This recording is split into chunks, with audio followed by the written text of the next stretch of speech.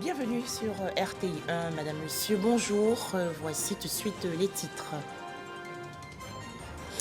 En Côte d'Ivoire, le lancement officiel hier dans la commune de Cocody du dispositif de suivi, évaluation de la mise en œuvre du plan national de développement, le PND 2021-2025. C'était en présence du vice-président de la République, Timoko Méliette Koné. Célébration aujourd'hui de la Journée internationale de l'éducation, la 5e édition. En Côte d'Ivoire, la ministre de l'Éducation nationale et de l'alphabétisation, le professeur Mariatou Koné, a fait le bilan de l'action gouvernementale. Enfin, un nouveau drame en Californie, aux États-Unis. Une double fusillade a fait hier 7 morts. En Côte d'Ivoire, donc la présentation hier du dispositif de suivi-évaluation de la mise en œuvre du plan national de développement 2021-2025. Cérémonie dans la commune de Cocody en présence du vice-président de la République. L'occasion pour Timoko Méliette Koné d'inviter tous les acteurs impliqués à accélérer la mise en œuvre de ce programme. Les explications détaillées de Jérôme Kofi Abola. Le dispositif institutionnel de suivi, évaluation de la mise en œuvre du plan national de développement, PND, comptant pour la période 2021-2025, officiellement installé. La cérémonie de lancement s'est déroulée ce lundi en présence des partenaires au développement, des personnalités du secteur privé et de la société civile, des présidents d'institutions, des membres du gouvernement autour du vice-président de la République, Timoko Méliette Koné. Comme présenté, ce plan constitue une garantie en vue de l'amélioration du bien-être des populations. Ce nouveau dispositif de suivi que nous lançons ce jour est composé de 6 organes. Le Conseil présidentiel d'orientation, présidé par son Excellence, Monsieur le Vice-président. Il est l'organe d'orientation stratégique de mise en œuvre du plan national de développement. 2. Le comité de pilotage présidé par Monsieur le Premier ministre, chef du gouvernement. Il fixe les priorités de développement retenues pour la mise en œuvre du plan national de développement. 3. Le comité technique présidé par le ministre chargé du plan et du développement. Il supervise et valide les travaux du secrétariat technique. 4. Le secrétariat technique de suivi, placé sous la coordination du directeur général du plan. Il assure le suivi technique quotidien de la mise en œuvre du PND. Les comités de district de suivi du PND, présidés par les ministres gouverneurs, constituent des cadres de dialogue entre les différents acteurs qui renforcent le suivi rapproché des interventions au niveau régional et local. Et enfin, les groupes de travail sectoriels qui établissent les bilans de mise en œuvre des différentes politiques sectorielles et des différents programmes et projets. À l'instar de la directrice des opérations de la Banque mondiale, Coralie Givers, le président de la Confédération générale des entreprises de Côte d'Ivoire rassure quant à son soutien à l'atteinte des résultats escomptés. Le PND 2021-2025 est une véritable boussole de développement qui ambitionne de hisser la Côte d'Ivoire au rang des pays à revenus intermédiaires à l'horizon 2030. Pour son financement, la contribution attendue du secteur privé est d'environ 44 000 milliards de nos francs, c'est-à-dire environ 74% de son montant global. Nous voulons vous assurer de notre disponibilité à œuvrer pour l'atteinte de ces résultats. Et nous savons compter sur le gouvernement pour continuer à créer les conditions d'un secteur privé fort et dynamique, capable de relever ce défi. Même détermination pour le ministre-gouverneur du district autonome d'Abidjan, à qui l'honneur est revenu de parler au nom des structures décentralisées. Je voudrais assurer que les ministres-gouverneurs ainsi que les préfets des régions, les présidents des régions et les maires sont prêts au combat, parce qu'il s'agit de nos populations. Pour la plupart d'entre eux, ils connaissent les réalités du terrain, parce que chaque jour, ils écoutent, ils analysent, ils proposent, ils suggèrent, ils prennent conscience des attentes des populations après une lecture que j'appellerais sphérique, qui prend en compte toutes les composantes des réalités qu'ils vivent sur le terrain. Président de la cérémonie, le vice-président de la République, Thiemo Komilié Koné, indique que la présence de toutes les parties prenantes traduit leur pleine adhésion à la promotion de la bonne gouvernance.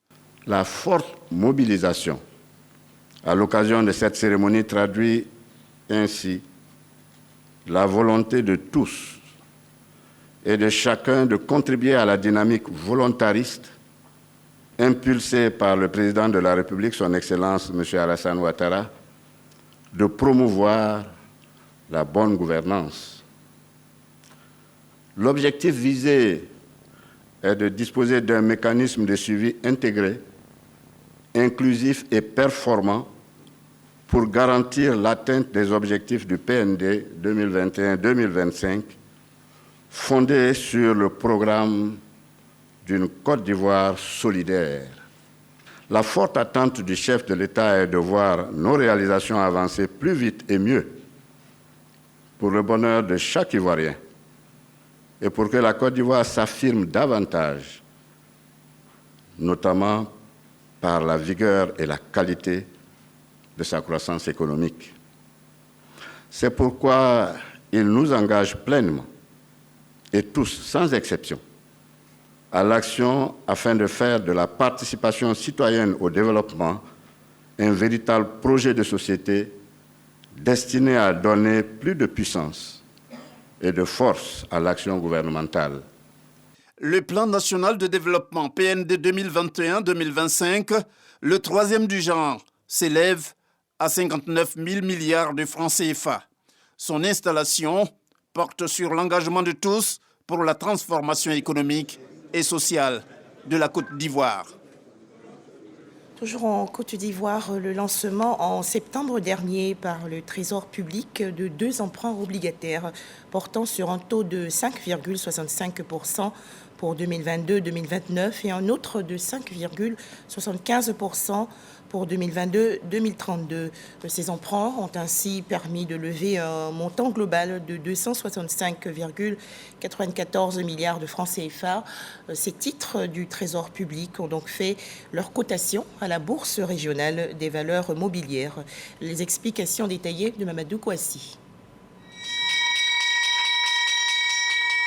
Avec ce son de cloche, la Bourse régionale des valeurs mobilières, BRVM, enregistre sa toute première cotation de l'année 2023. Il s'agit des emprunts obligataires du Trésor public de Côte d'Ivoire, 5,65% 2022-2029 et celui de 5,15% pour la période 2022-2032. Des emprunts obligataires réalisés au cours du mois de septembre 2022 qui ont permis de lever un montant global de 265,94 milliards de francs CFA, soit un taux de 108%. Un résultat qui vient confirmer la bonne santé économique de la Côte d'Ivoire, malgré un contexte macroéconomique difficile, marqué par la hausse des taux directeurs des banques centrales. Le taux de 108% vient confirmer effectivement l'appétit que les investisseurs ont pour le papier, pour les titres de l'État de Côte d'Ivoire.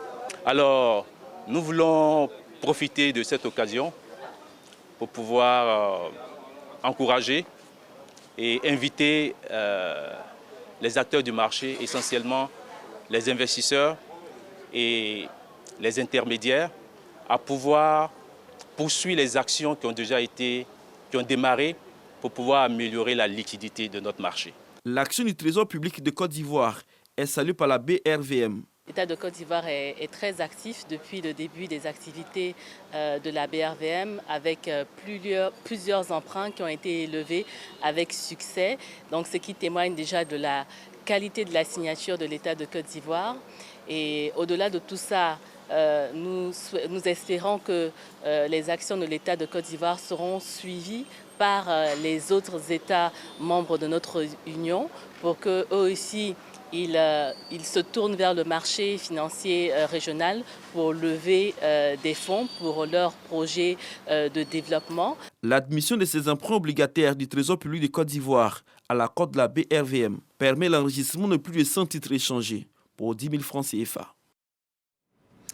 Dans l'actualité nationale également, l'installation des 8 membres du Conseil de régulation de l'autorité de régulation du transport intérieur. Cet organe est dirigé par Albéric Kakou. Sa mission, orienter la politique et évaluer la gestion de la RTI. Retrouvons Mamadou Kouassi. Quelques semaines après leur prestation du serment, ces membres du Conseil de régulation de l'ARTI, autorité de régulation du transport intérieur, prennent officiellement fonction. Ils auront la tâche de contribuer à la mise en œuvre de la loi d'orientation du transport intérieur.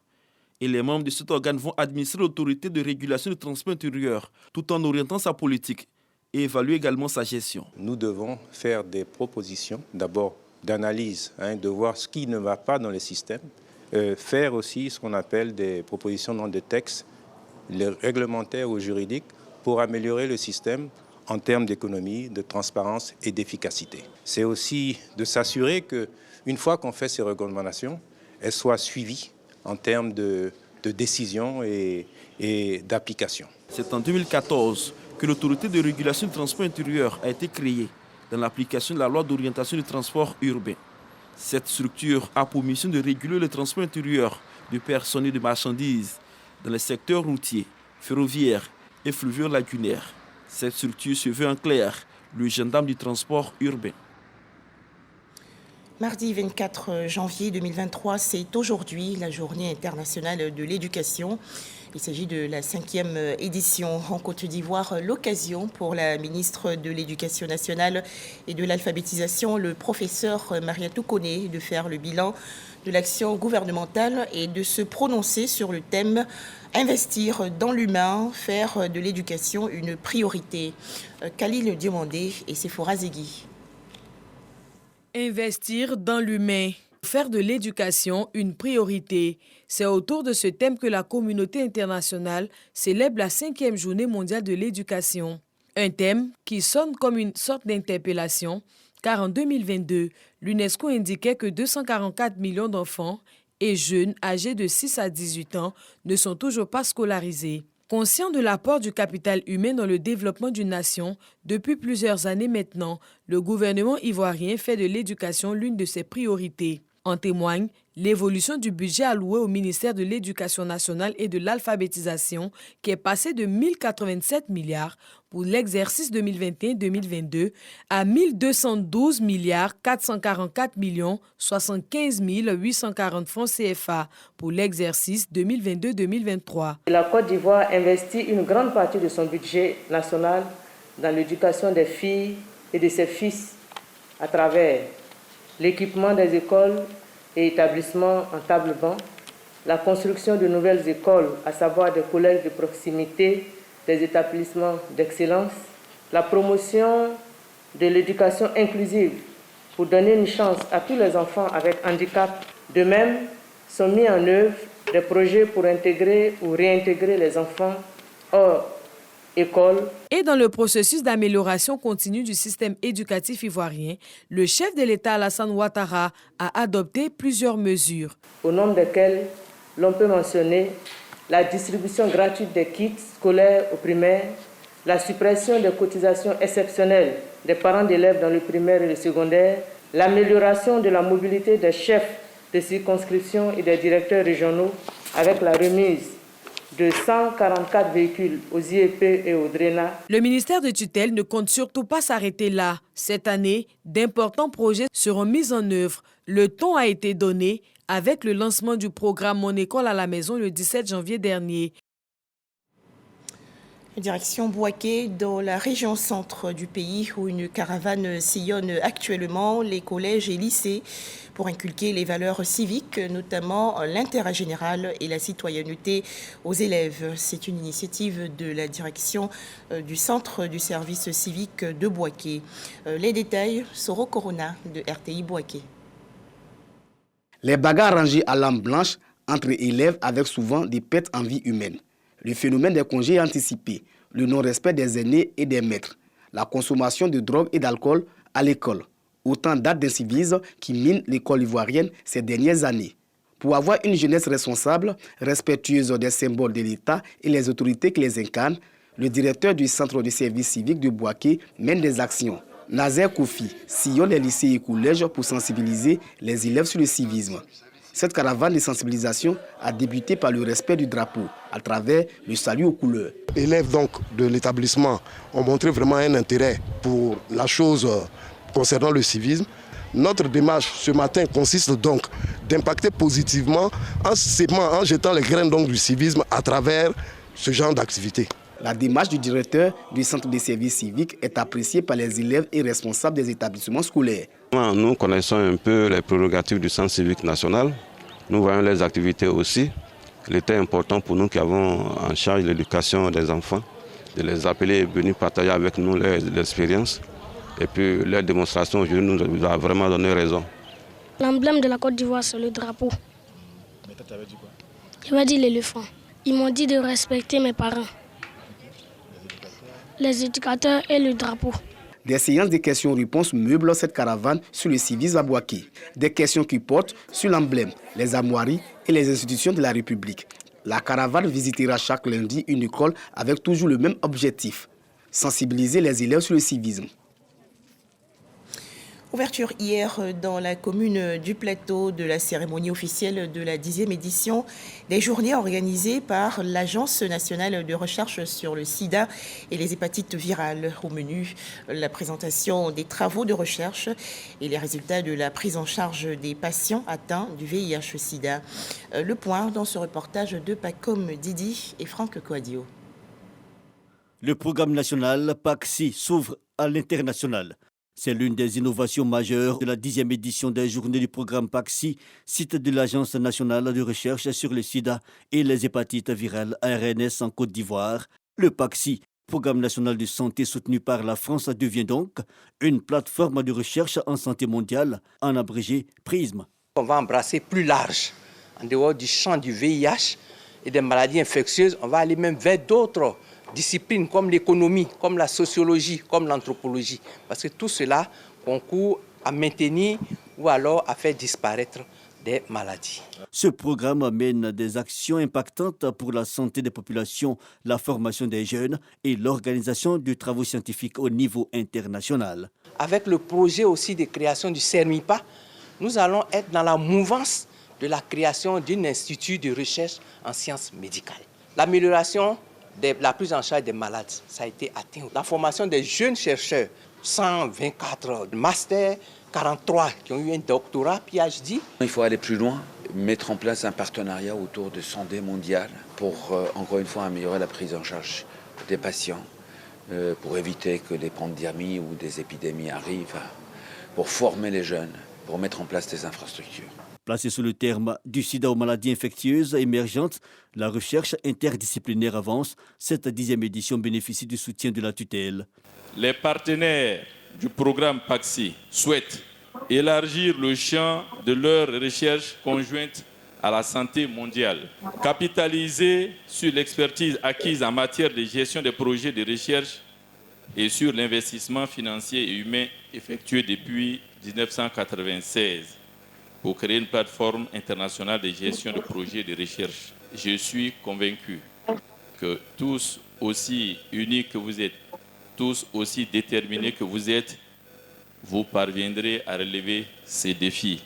Plusieurs communications d'experts nationaux et internationaux de la santé portant sur la prise en charge des enfants et des adolescents vivant avec le VIH, les maladies infectieuses émergentes et les maladies transmissibles ont ponctué cette rencontre.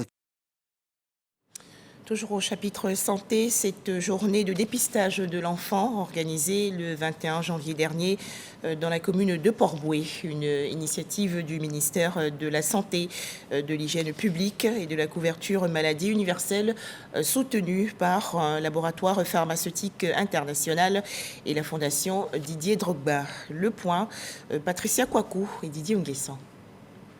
Environ 700 personnes se font dépister gratuitement contre l'obésité et le diabète à l'issue de la première édition de la journée de l'enfant de Port-Bouët. Kamagate Nyaman ne veut pas se faire compter l'événement. Il se déplace sur le site pour bénéficier lui aussi des soins médicaux. Vous savez qu'aujourd'hui, c'est très difficile de faire des examens dans les hôpitaux, c'est coûteux.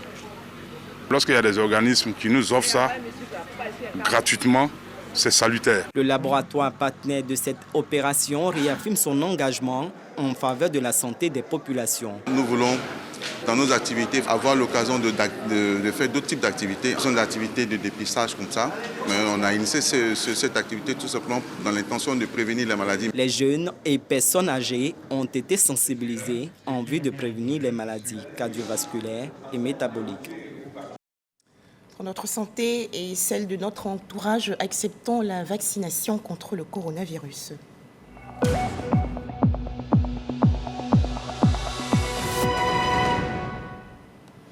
En Côte d'Ivoire, 0 nouveau cas de coronavirus enregistré hier par le ministère de la Santé, de l'Hygiène publique et de la couverture maladie universelle. La Côte d'Ivoire compte donc actuellement 87 966 cas confirmés de coronavirus, 87 128 personnes guéries, 833 décès et 7 cas actifs. Faisons-nous tous vacciner contre le coronavirus et respectons les gestes barrières. L'ATA, dans la région nord du pays, les populations saluent les actions de développement du président de la République, Alassane Ouattara. Bitumage des rues, construction de châteaux d'eau et extension du réseau électrique, ces 3 éléments ont créé un quotidien plus vivable pour les habitants. Ami Sissoko. Moment de communion fraternelle autour des grandes actions de développement du chef de l'État en faveur de populations de la sous-préfecture de Lata, à 14 km de Korogo, au nom desquels la construction du château d'eau du collège de proximité, l'extension du réseau électrique, le bitumage des rues et bientôt celui de l'axe Korogo-Lata. Un développement impulsé par l'ex-premier ministre Amadou Gon Coulibaly, dont la plus belle avenue au cœur de Lata porte désormais le nom. L'inauguration a été faite par le ministre Fidel Sarasoro à l'occasion de cette cérémonie d'hommage au président de la République. L'initiateur de cette journée, Dr Siele Silué, fils de Lata, ex-fonctionnaire de la Banque mondiale et conseiller spécial du Premier ministre Patrick Hachi. La confiance qu'il inspire à tout bailleur de fonds de venir en Côte d'Ivoire, l'attention avec laquelle il traite les autres, y compris ses opposants politiques, font du président Alassane Ouattara un homme exceptionnel. Si nous sommes là aujourd'hui, d'inaugurer des routes, en train de fêter l'électricité, en train de fêter l'eau, comme les femmes et les jeunes l'ont rappelé, c'est bien parce qu'à un moment donné de notre histoire, des Ivoiriens, des hommes et des femmes ont cru à un homme, Alassane Ouattara. Représentant le Premier ministre Patrick Hachi, parrain de la cérémonie, le ministre directeur du cabinet du président de la République, Fidel Sarasoro, fait savoir que célébrer le président Alassane Ouattara est légitime, car c'est avec lui que le pays s'est considérablement développé. Nous sommes témoins de son engagement. Nous sommes témoins de la cohésion sociale qu'il inculque chaque jour dans ce pays. Oui, nous avons raison de le célébrer. Nous avons raison d'être reconnaissants.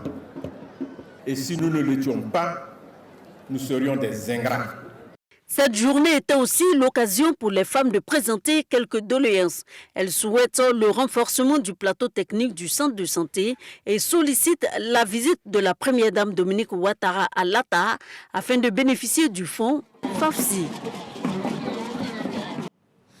Un foyer polyvalent pour Kouatienko, localité située dans la région est du pays. Cet établissement, construit par Jacques Assaoré, le directeur général du Trésor public et de la comptabilité, a été inauguré il y a quelques jours. Le point dans ce reportage de Herman Niamia. C'est un projet qui a été conçu en 2018 et qui a finalement vu le jour en 2023. Baptisé du nom du donateur, Foyer polyvalent Jacques Assaoré Konan de Kouatienko, l'inauguration de l'édifice a mobilisé du beau monde. Fils et filles du canton d'Amelikia, tête couronnée de l'Indénie Guablin, tous ont effectué le déplacement de Kouatienko pour apprécier la bâtisse conçue pour recevoir au moins 1000 personnes.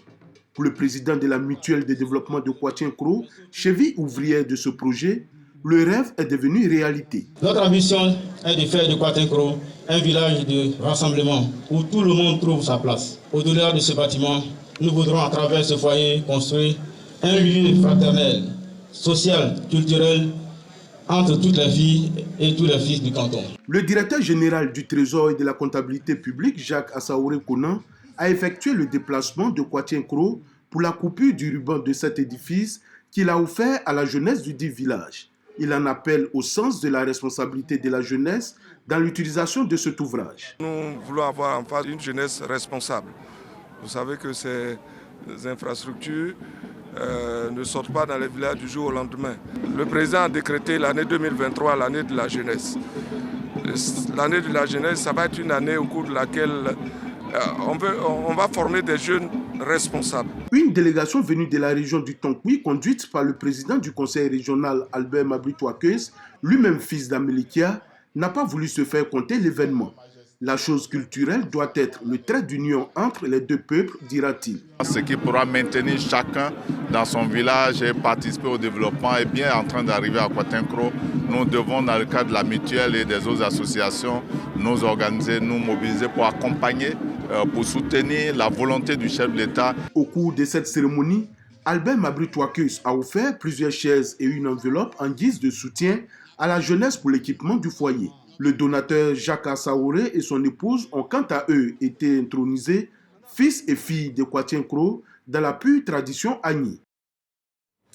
Un tout autre sujet à présent. Ils avaient beaucoup d'humour et ils l'ont développé à l'Institut de formation à l'humour et au métier de la scène, école fondée dans la commune de Bergeville par l'humoriste DJ Ramatoulaye.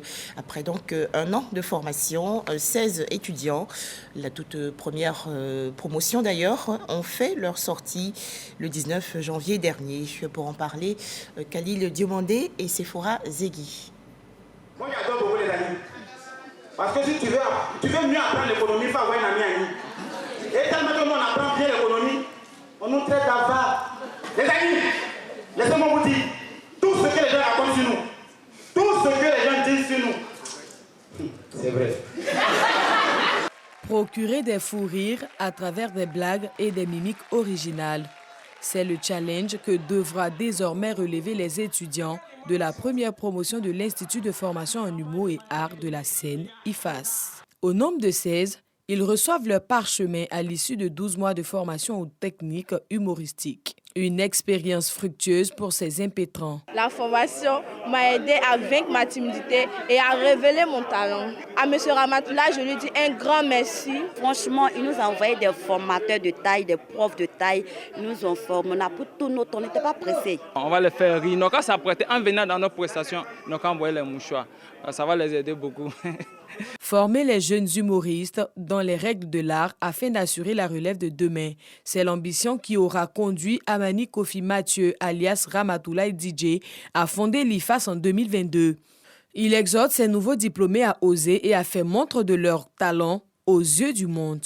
Avec ce diplôme-là, tous les festivals qui vont se tenir à Abidjan, hors d'Abidjan, ils pourront se présenter en disant que je suis de l'école de Ramatoulaye. Ça ouvre des portes. Puis de continuer à vraiment travailler pour se perfectionner, pour aller encore de l'avant. Et je vous souhaite à cette promotion-là que vous continuiez ce que vous avez commencé avec passion et que vous priez. La première promotion des diplômés de l'IFAS est baptisée du nom de la ministre d'État, ministre des Affaires étrangères, Kandia Kamara, marraine de la promotion.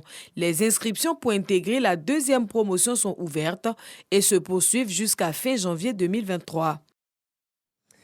Des nouvelles sportives à présent avec le championnat d'Afrique des Nations 2023, présente en phase finale de la compétition. Pour la première fois de son histoire, l'équipe de Madagascar s'est qualifiée hier pour les quarts de finale. Les Malgaches se sont donc imposés par 3-0 devant le Soudan. Arsène Kouassi et Jean-Sylvain Esso du service sport. Madagascar s'est qualifié pour les quarts de finale du championnat d'Afrique des Nations de football pour la première fois de son histoire après sa large victoire face au Soudan, 3-0. Des buts inscrits en première période. Randria Sassi Ferrana ouvre la marque avant que Selon Mampionana ne fasse le break à la demi-heure de jeu. Dans la foulée, l'Highland Cleaver alourdit le score. Malgré les velléités soudanaises, en seconde période, le score n'évoluera plus. 3-0, un large succès qui permet aux Barréas de terminer leader du groupe C avec 9 points devant le Ghana qu'ils ont battu lors de la première journée 2-1. Vendredi, Madagascar affrontera le Mozambique en quart de finale. Enfin, nouvelle fusillade de masse en Californie, dans l'ouest des États-Unis. Moins de 48 heures après la tuerie dans un dancing qui avait fait 11 morts, une double fusillade a fait au moins 7 morts dans des exploitations agricoles. Un suspect a été arrêté. Voilà, merci de nous avoir suivis. Merci de rester fidèles aux chaînes du groupe RTI.